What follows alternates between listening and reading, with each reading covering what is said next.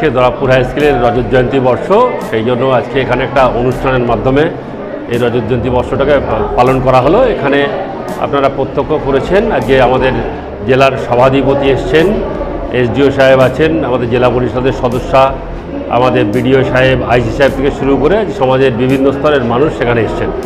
আজকে এখানে খুব মনোজ্ঞ অনুষ্ঠানের মধ্যে দিয়ে আজকের এই দিনটা পালন করা হচ্ছে। পাশাপাশি আজকে এখানে একটা ছাত্রছাত্রীরা বিদ্যালয়ে তারা একটা এক্সিবিশন করেছে, সেই এক্সিবিশনটা আমরা সবাই মিলে খুব সুন্দরভাবে ঘুরে দেখলাম। এবং এই বিদ্যালয়ের আজকেই যে মাধ্যমিকের রেজাল্ট বেরিয়েছে সেখানে ওই বিদ্যালয়ে একটা উল্লেখযোগ্য স্থান অবলম্বন করেছেন, তারা খুব ভালো রেজাল্ট করেছেন। প্রতিনিয়ত আমরা প্রত্যক্ষ করি চাকদা ব্লকের, যেহেতু আমরা দায়িত্বে আছি, যে এখানে প্রতিনিয়ত সাংস্কৃতিক চর্চার পাশাপাশি খেলাধুলো থেকে শুরু করে যে পঠন পাঠনটা খুব ভালো হয় বিদ্যালয়ের।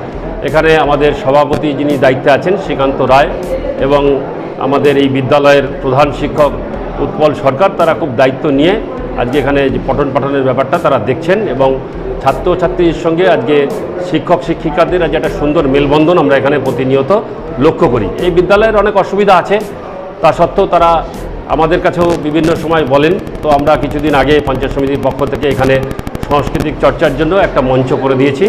আমাদের সভাধিপতি তিনি কথা দিয়ে গেছেন, এখানে আগামী দিন ছাত্রছাত্রীরা যাতে সাইকেল রাখতে পারে তার জন্য একটা সাইকেল স্ট্যান্ডের ব্যবস্থা তিনি করবেন। এইভাবে আমরা চেষ্টা করছি এই বিদ্যালয়ের পাশে দাঁড়িয়ে আগামী দিন যাতে এই বিদ্যালয় আরও তাদের উন্নয়ন ঘটায় এবং পঠন পাঠনের মাধ্যমে তারা নদিয়া জেলার একটা বিশিষ্ট স্থান অধিকার করে।